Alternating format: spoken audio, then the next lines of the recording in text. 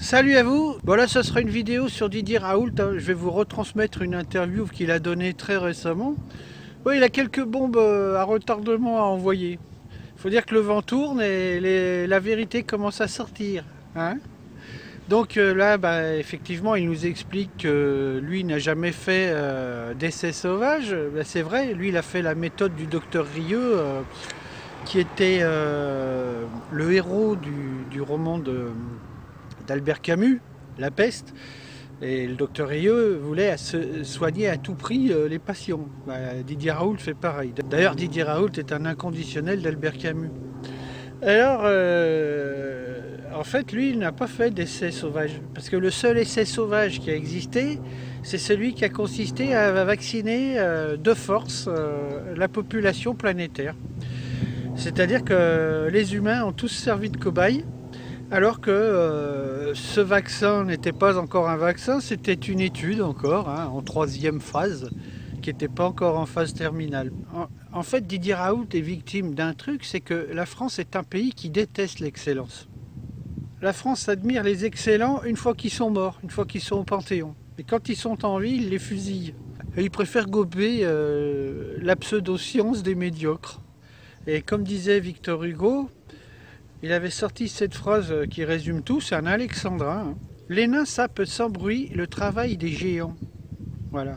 D'ailleurs, j'ai eu beaucoup de mal avec mon entourage qui pensait que j'étais complotiste parce que je continuais et je continue toujours à soutenir le docteur Raoult. Oui, parce que pour moi, Didier Raoult fait partie du patrimoine, donc il fait partie de ces grands qui font la richesse de notre pays. Au niveau culturel, au niveau scientifique, etc. Pour moi, je le mets au même niveau que Victor Hugo, par exemple, ou qu'Albert Camus. Donc, je vous laisse avec cette interview qui est géniale, et vous allez voir quelques scuds. Le vent commence à tourner parce que ceux qui hurlaient avec les loups iront sur les bancs des tribunaux. Donc là, à partir de ce moment-là, ça sera jouissif. Bonjour, professeur Raoult. Je suis ravie de vous recevoir à nouveau sur Mandarin TV. Merci beaucoup d'avoir trouvé le temps de répondre à nos questions. Vous êtes aussi célèbre que controversé aujourd'hui. Nous allons parler des polémiques autour de vos travaux et aussi, dans un second temps, de votre vie personnelle, votre jeunesse, votre famille. Professeur Raoult, l'Agence nationale de sécurité du médicament et des produits de santé a indiqué le 8 juin à l'AFP avoir saisi la justice concernant une étude que vous avez co-signée. L'essai clinique en question portait sur un traitement à l'hydroxychloroquine contre le Covid-19 mené sur plus de 30 000 patients entre 2020 et 2021 à l'IHU de Marseille. L'Agence nationale de sûreté du médicament assure qu'elle n'a pas fait l'objet d'une autorisation au préalable, ajoutant que l'utilisation de la chloroquine expose les patients à de potentiels effets indésirables qui peuvent être graves. Alors, est-ce que vous pouvez nous dire, si c'est le cas concernant l'autorisation, que répondez-vous à ces accusations? Non mais, si vous voulez, moi je veux bien parier avec qui voudra que dans 5 ans, c'est l'ASM qui sera condamné. Parce qu'on n'a pas le droit d'empêcher l'utilisation d'un médicament. Chaque médecin a le droit de prescrire les médicaments qu'il veut prescrire dans une situation donnée, en accord avec ses connaissances, son expérience et les données de la science. Les données de la science concernant l'hydroxychloroquine, si on sort du ministère de la Santé, c'est plus de 400 études qui ont été faites et qui trouvent des effets qui sont tous favorables en dehors des études américaines ou des études que la France a interrompues volontairement au moment où elles étaient en train de montrer qu'elles étaient efficaces. Donc c'est de la manipulation de communication, on verra bien. Moi, je ne crains pas du tout la justice dans cette affaire-là. Ce travail représente la somme de tous les traitements, et pas d'ailleurs que de l'hydroxychloroquine. Il y en a qui ont reçu de l'hydroxychloroquine, d'autres de l'ivermectine, d'autres des corticoïdes. C'est la somme du travail de tous les gens qui sont venus se faire soigner là. Et pour vous dire la vérité, d'ailleurs, j'espère qu'un jour ils auront le courage de le dire, le nombre d'hommes politiques, de directeurs, de PDG, de journaux qui actuellement me harcèlent, m'ont demandé de les traiter quand même. D'accord ? Plus un nombre de gens célèbres absolument incroyable. Donc on est dans une mauvaise foi qui est absolument spectaculaire, et c'est de la communication, de dire je saisis le juge, je saisis le truc, qui le saisit. D'abord les procès c'est un peu long, avec un peu de chance le procès se tiendra quand cette équipe ne sera plus aux manettes, et on verra bien ce qui se passera. Moi je ne suis pas inquiet, j'ai fait mon métier, je suis en accord avec moi-même, j'ai soigné les gens. Quant à la toxicité, là aussi je m'excuse, c'est assez facile de se disputer contre eux. Est-ce que vous avez compris pourquoi cette étude-là pose tellement de problèmes? Dites-le non. Non, je vais vous le dire. À force, vous savez, à chaque fois qu'on disait, écoutez, regardez nos chiffres, parce que la moitié de ces cas avaient déjà été publiés dans 2 publications internationales. Et puis on avait fait une autre première publication sur 3700 cas, et une autre sur 80 cas. Et on trouve, à chaque fois, on trouve que ça marche. Mais les médias ou les politiques disaient non mais ils trichent, ils cachent les malades, en réalité il y a... Donc cette fois-là, pour être sûr que cette étude soit inattaquable sur le plan des résultats, on a pris les sources de cette étude, sont des sources qui sont toutes extérieures à l'IHU, c'est-à-dire tous les gens qui ont été enregistrés pour être traités dans l'IHU le sont dans les hôpitaux de Marseille. Donc on a pris ça sur les données de l'informatique des hôpitaux de Marseille. Leur traitement, on a pris ça sur les données de la pharmacie des hôpitaux de Marseille. Ce n'est pas nous. Et pour savoir ce qui était mort, on a pris l'INSEE, c'est-à-dire la Déclaration nationale des morts. Donc quand on dit ça peut être toxique, nous on sait qu'il y a beaucoup moins de morts parmi les gens qui ont pris de l'hydroxychloroquine que chez ceux qui n'en ont pas pris. Donc c'est des mensonges. Et là, pour être sûr que ce soit incriticable, nous avons pris un huissier de justice pour vérifier ce que je vous dis, c'est-à-dire que toutes ces banques de données ont été utilisées directement et que rien ne pouvait être manipulé. Personne ne peut dire que cette étude n'est pas vraie. C'est vrai, c'est une étude. Mais c'est une étude rétrospective sur la manière dont nous avons traité les gens. Et ça, c'est terrifiant pour les gens qui disent le contraire, parce qu'il y a des gens qui prétendent qu'il y a des complications, qu'il y a des morts avec l'hydroxychloroquine. Et là, ce qu'on montre, c'est que ce n'est pas vrai. Alors en parlant de ça justement, de ces gens, de ces personnes, on parle d'institutions, de politiques qui disent qu'il peut y avoir des effets indésirables. Sur quoi se basent ces personnes pour dire cela, pour contester? Il y a eu, parmi les choses qui ont eu, c'est d'abord beaucoup d'ignorance. Beaucoup de gens ont des opinions là-dessus, ils ne savent pas de quoi ils parlent. Il se trouve que moi j'utilise depuis 30 ans l'hydroxychloroquine. Et on utilise l'hydroxychloroquine pendant un an et demi. Je n'ai jamais vu de manifestation oculaire, je n'ai jamais eu de problème cardiaque, et j'ai dosé, pendant ce temps, j'ai vu qu'il y avait même un pharmacologiste qui nous expliquait comment devrait, avec un modèle, se distribuer l'hydroxychloroquine, mais il se trouve que chez moi, dans mon laboratoire, j'ai dû faire 10 000 dosages d'hydroxychloroquine, donc je sais exactement comment ça se passe. Mais parmi les choses d'ailleurs les plus étonnantes, dont j'espère que ça mériterait un procès de comprendre, si vous voulez, il y a eu une publication dans le Lancet sur 80 000 cas, dont 10% seraient morts avec de l'hydroxychloroquine, ce qui est un truc de fou. Ça a été prescrit à des milliards d'habitants, l'hydroxychloroquine, qui a été publié dans le Lancet, et cette publication, bien qu'elle ait été rétractée, moi je n'ai rien rétracté du tout sur cette étude, je n'ai pas rétracté, je l'ai retiré momentanément parce que le ministre menaçait les plus jeunes qui étaient dans ce papier de sanctions. Voilà, on va en parler juste après, tout à fait. Je ne veux pas pénaliser les jeunes parce que ce ministre a une vision de la justice qui n'est qu'à lui. On n'a jamais vu ça à part dans les pays totalitaires. Donc on a les données, ce qui rend tellement les gens fous, vous le voyez bien d'ailleurs, plus personne ne parle même du fond, c'est-à-dire est-ce que ça guérit pas, parce qu'on a la série avec la plus basse mortalité qui ait jamais été publiée. Chez les gens hospitalisés, 66 ans de moyenne, ceux qui ont pris l'hydroxychloroquine ont une mortalité de 7%. Si vous voyez le grand essai anglais, c'est 28% de mortalité. Et donc, l'essentiel pour nous, c'était de montrer qu'aucune des données, tout ce que nous disions était vrai et vérifié. Et d'ailleurs, on ne parle pas de ça. On dit, mais non, peut-être personne ne parle de si c'est ni c'est vrai ni vérifié. J'ai une journaliste du Figaro, la première chose qu'elle m'a dit, c'est on ne parle pas des résultats. Mais la seule chose importante sont les résultats. Donc on présente les résultats de la thérapeutique qui a eu lieu, et il n'y avait pas d'obligation pour les médecins. Chaque médecin est libre de sa prescription. Il n'y avait pas d'obligation d'utiliser l'hydroxychloroquine chez nous, pas plus qu'ailleurs. Donc vous maintenez toujours vos prises de position en faveur de l'hydroxychloroquine. L'étude a également déclenché une vague d'indignation au sein de la médecine.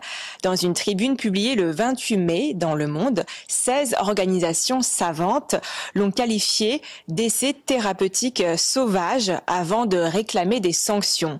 Quelques jours plus tard, le 30 mai, dans un communiqué, les ministères de la Santé et de la Recherche ont condamné l'étude sur l'hydroxychloroquine, remettant en cause des prescriptions inappropriées et dangereuses. Professeur Raoult, le 2 juin, sur Twitter, vous annoncez retirer l'étude. Pourquoi? Est-ce que vous l'avez fait sous la pression du ministère de la Santé, du ministre de la Santé et de la direction des hôpitaux de Marseille, par crainte des sanctions peut-être, comme on peut le lire dans certains médias? Oui, pas sur moi, parce que je ne crains pas du tout de sanctions. Au contraire, je suis ravi. S'il y a une étude qui est faite par la justice, peut-être qu'on va retomber sur terre. Parce que, encore une fois, ce qui est dit par les ministères et par leurs conseillers, qui à mon sens manque de réflexion, c'est de dire ça aurait dû être dangereux, mais nous maintenant on produit les résultats, on voit qu'il y a, non seulement ça n'a pas été dangereux, mais ça a sauvé des centaines de gens. Donc ce qui est particulier à cette étude, c'est justement ce phénomène. C'est-à-dire que maintenant, on n'en est plus à dire vous devriez le faire ou pas, vous ne devriez pas le faire. Ce que nous devions faire, c'est ce que nous devions faire comme médecins en notre âme et confiance. Maintenant, les résultats, c'est qu'on a sauvé des gens. Mais tous ces gens qui ont dit, ce qu'ils continuent à dire parce qu'ils n'ont pas encore cliqué, c'est que ça allait être dangereux et ça n'allait pas marcher. Maintenant, on prouve avec, sous la vérification d'un huissier, que parmi tous les patients qu'on a traités, il n'y en a aucun qui est mort à cause de l'hydroxychloroquine. Vous savez, quand vous traitez 30 000 personnes et qu'il n'y a pas une plainte, vous savez, c'est que vous soignez bien les gens. Vous savez, les gens, ils savent ce qu'ils font. Tout à fait. Moi, encore une fois, je ne peux pas, parce que c'est le secret professionnel, vous dire combien de personnes m'ont téléphoné, combien de personnes sont venues se faire soigner, qui étaient la moitié des hommes politiques, des journalistes, encore une fois, des directeurs, des propriétaires de journaux qui me crachent dessus maintenant. Donc c'est intéressant de voir cette mauvaise foi absolument extraordinaire pour que les gens n'aient pas besoin de reconnaître qu'ils se sont trompés. Et bien sûr, le fait de s'être trompé, ça a probablement des significations qui terrifient les gens. C'est que si avaient été étendues nos stratégies thérapeutiques, il y aurait eu moins de morts. C'est ça la question. Maintenant, vous avez retiré justement cette étude que vous avez co-signée. Quelle suite pourrait être donnée à cette affaire? Non, mais de toute manière, là aussi, les gens ne sont pas lucides. Ces données sont actuellement déposées dans deux grandes databases, une chinoise et une américaine. Donc, toutes ces données-là, vérifiées, sont accessibles à tout le monde. Maintenant, donc il suffit d'aller les regarder et de les analyser. Nous, on avait fait une prépublication sur l'analyse que nous faisions de la banque de données. Mais cette banque de données, elle est toujours disponible, elle est là pour l'histoire. Tout le monde pourra y regarder. De toute manière, les luttes que la presse fait, c'est des luttes au jour le jour, si vous voulez. Après, le temps fera le tri, et ceci restera comme une espèce de folie, comme celle du Lancetgate, dont les gens n'ont jamais voulu sortir. C'était juste un énorme mensonge. On se demande comment on peut faire croire qu'on a accès à 80 000 dossiers en disant « je ne peux pas vous dire où c'est, ni qui c'est », par des gens qui étaient inconnus. C'est fantasque, si vous voulez. Vous savez, quand moi j'avais les positions qui me paraissaient très simples sur la vaccination en Europe, si vous voulez, moi je vois que le président Macron, il dit comme moi maintenant. Donc, mais on dit que ce que je disais, c'était anti-vax, mais lui, il dit, écoutez, il faut vacciner les gens de plus de 75 ans. Je suis d'accord, on pourrait même vacciner ceux de plus de 70, parce que de toute manière, en dehors de ça, il n'y a pas de forme mortelle. Donc on le sait, ça maintenant. Donc petit à petit, les gens disent, attendez, ce qu'il disait, c'était anti-vax, mais je disais simplement ce que dit M. Macron, mais 2 ans avant lui. C'est toute la différence, parce que c'est mon métier. Vous êtes devenu une star au plus fort du Covid et c'est peut-être le revers de la médaille que vous subissez maintenant. Malgré de nombreuses critiques que vous subissez des professionnels et des politiques, l'opinion publique vous adore, elle reste en votre faveur et vous soutient. Avez-vous conscience qu'au début de la pandémie, vous avez été le seul espoir pour de nombreux médecins généralistes de pouvoir faire quelque chose contre ce virus pour leurs patients ? Oui, parce que, si vous voulez, on vit un moment qui est pas unique, hein, qui s'est déjà déroulé, mais, si vous voulez, dans l'histoire de la médecine, dans la mienne, l'histoire de la médecine, je ne parlais pas de l'histoire de la médecine chinoise, mais je suppose qu'elle est la même. Le premier devoir d'un médecin, c'est déjà de soulager ses malades, de les écouter, de les soigner avec les moyens qu'il a. Il faut toujours le faire. Et avant de se désespérer et de se laisser affoler par la presse, il faut aller regarder ce qui se passe. Si d'ailleurs on avait regardé ce qui s'était passé, il y aurait eu beaucoup moins de morts ici à Paris et dans l'Est dans les 3 premiers mois, parce qu'on aurait donné par exemple de l'oxygène, même si on ne donnait rien d'autre. Rien qu'en donnant de l'oxygène, on aurait sauvé des gens. Donc nous, quand on a utilisé de l'oxygène à haut débit, on a utilisé de l'oxygène à haut débit chez les gens qui avaient plus de 80 ans ou qui avaient plus de 70 ans et des cofacteurs. La réanimation ne voulait pas les prendre. Donc on a mis de l'oxygène à haut débit, et ceux qui avaient été dans un domaine dans lequel on avait 100% de mortalité, on a réussi, grâce à ce système, à en sauver 30%. Parce qu'on s'est battu pour soigner les malades, et c'est notre métier. Et donc, quand l'État veut nous interdire de soigner les malades, ou quand il disait « n'allez pas voir de médecin, restez à la maison jusqu'à ce que vous soyez essoufflé », et dans cette maladie, quand on est essoufflé, en réalité, on est très très proche de la détresse respiratoire. Tout ça était des erreurs.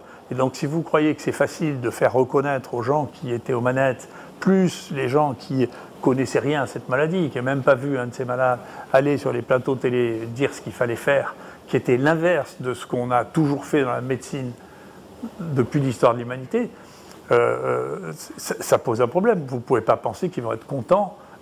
C'est pareil, un des 2 signataires, c'était le patron du vaccin en France. La stratégie vaccinale en France n'avait pas de sens scientifique. Donc il fallait vacciner les gens qui étaient à risque. Ceux qui pouvaient avoir un bénéfice à être vaccinés. Ceux qui n'avaient aucun risque, et on sait qu'en dessous de 50 ans, il n'y avait quasiment aucun risque de mourir. Donc, sauf chez les gros obèses, les obèses pathologiques, et un certain nombre d'anomalies, dont les trisomiques, ou les gens qui avaient des cancers évolutifs.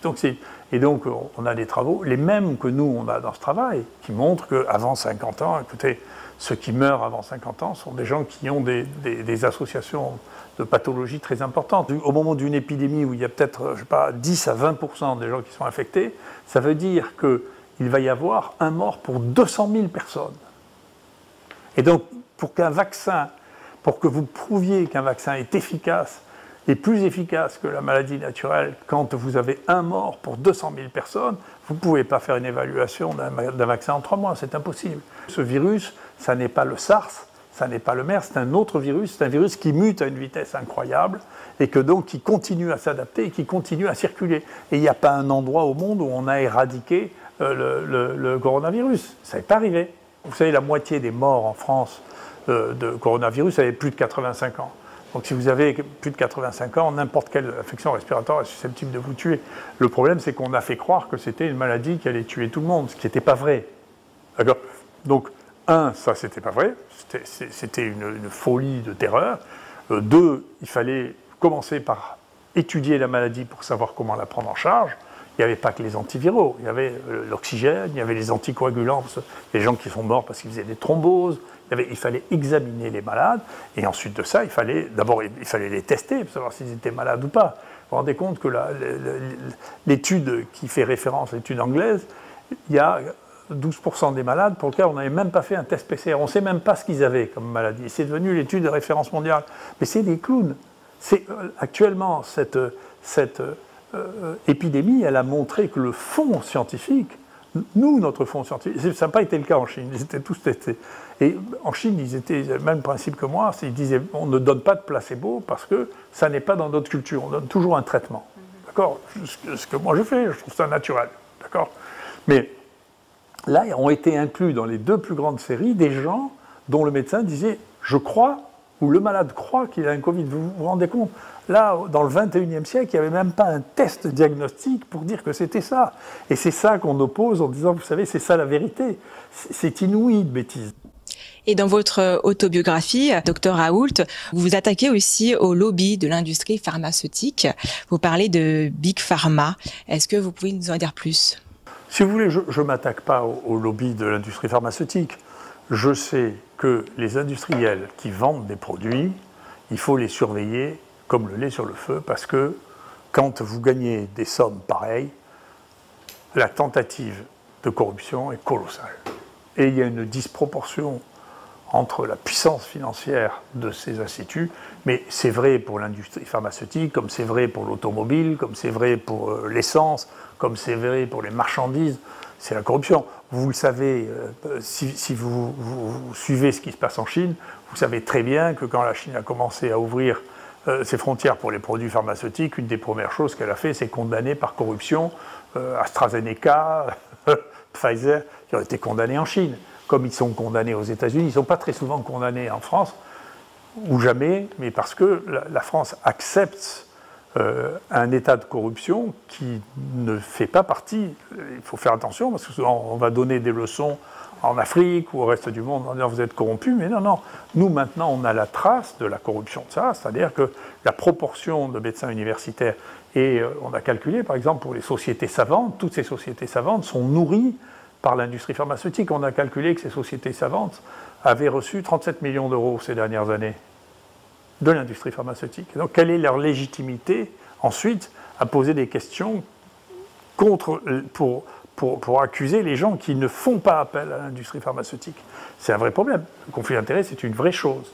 Donc, après, les gens qui ont des conflits d'intérêts, soit par mauvaise foi, soit par naïveté, disent « c'est pas parce qu'ils me donnent de l'argent qu'ils modifient ma manière de penser ». Mais c'est une naïveté, ça, qui est ridicule, ou de mauvaise foi qui est ridicule. Donc en France, on n'applique même pas la loi française. C'est-à-dire que dans la loi française, si vous parlez à la télévision, ou si vous faites une communication qui a à voir avec un lien d'intérêt, c'est-à-dire avec le fait que vous avez reçu de l'argent de quelque chose qui a à voir avec ce dont vous parlez, vous devez le dire.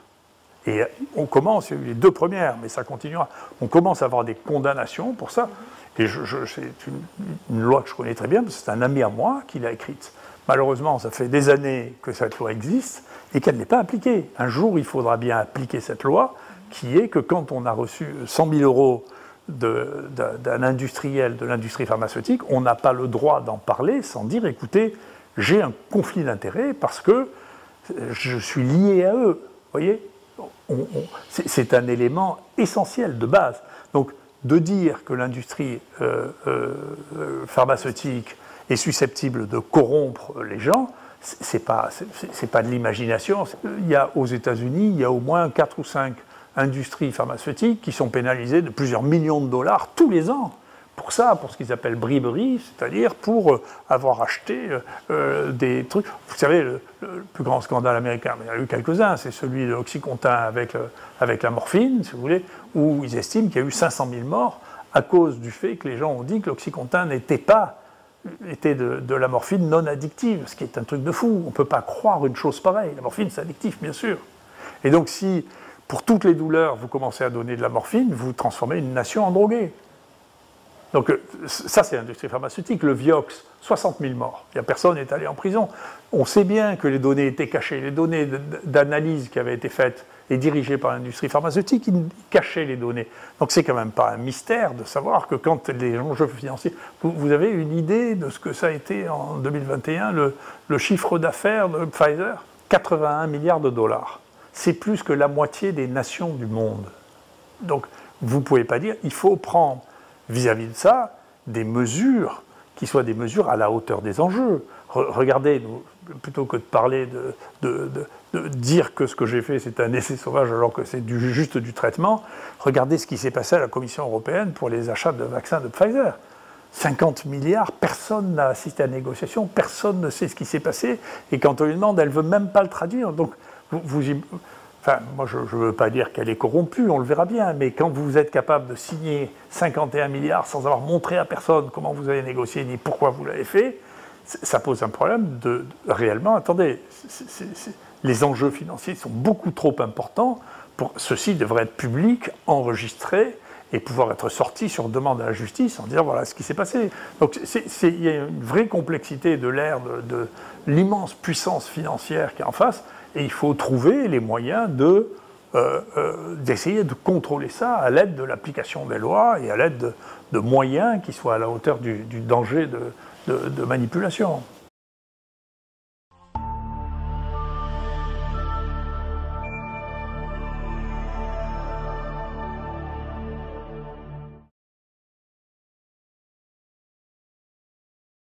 Je voudrais faire quand même un petit rectificatif parce qu'au début de cette vidéo, je disais que la France avait horreur de l'excellence. En fait, c'est pas la France, c'est une certaine catégorie de Français. En général, cette catégorie de Français se situe dans les hautes sphères politico-médiatiques, les stars des plateaux télé, etc. Voilà, c'était une petite précision.